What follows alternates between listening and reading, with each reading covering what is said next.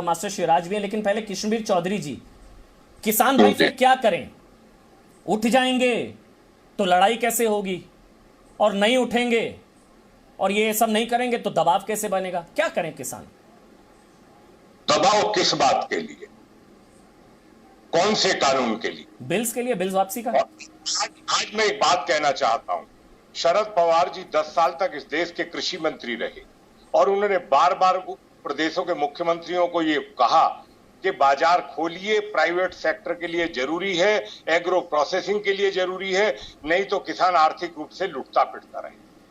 दूसरा, उन्होंने कहा कि जब तक कॉन्ट्रैक्ट फार्मिंग नहीं करवाएंगे तब तक किसान को उसकी उपज का लाभकारी मूल्य नहीं मिलेगा। आज वही शरद पवार जी किस हैसियत से और क्यों इस तरीके की बात में साझी हुए, मेरे मन में ये बहुत बड़ा सवाल आ जाता है कि आप तो बार बार इसी के लिए कर रहे थे।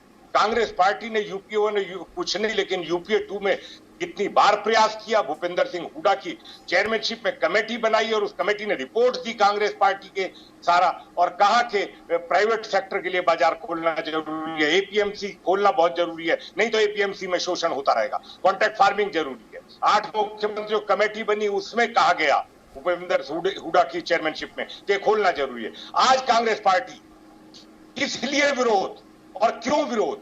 और अभी जो नीति आयोग की कमेटी बनी थी, इसमें जिसमें कानून पे चर्चा हुई, उसमें पंजाब के मुख्यमंत्री और उस समय मध्य प्रदेश के मैं बिल पर डिबेट ही नहीं कर रहा। चौधरी जी, मैं बिल पर डिबेट ही नहीं कर रहा हूं। मेरे को पता है बिल तो होल्ड पर है, सस्पेंडेड है। मैं बिल पर डिबेट ही नहीं कर रहा हूं। मैं कर रहा हूं 26 मई को इन लोगों को अधिकार किसने दिया संक्रमण फैलाने का? ये है मेरा सवाल। 26 मई को क्या होगा भैया?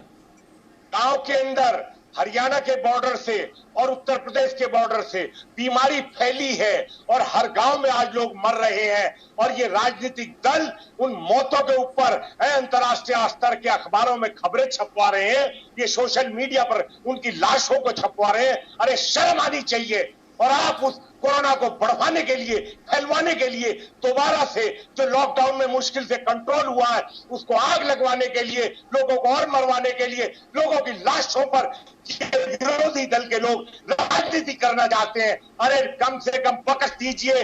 जिस लॉकडाउन से मुश्किल से कुछ चीजें सुधार हो रही हैं, आप उसको दोबारा से बढ़ाने के लिए, अपराध करने के लिए साजिश रच रहे हैं, और आप पूरी तरह से इस आंदोलन के नाम पर कोरोना को फैलवाने के लिए पाप कर रहे हैं। इस देश के गरीब आदमियों के लिए आप हत्यारे साबित होंगे अगर आपने इस आंदोलन को बढ़ाने की आग लगाई, तो आप पापी होंगे। इस देश के लोग आपको माफ नहीं करेंगे। आप अभी हवा में हैं। आप देखिए जिनके लोगों में जिनकी जान गई है, वो जो परिवार बर्बाद हो गए, अरे तुम कब होगे?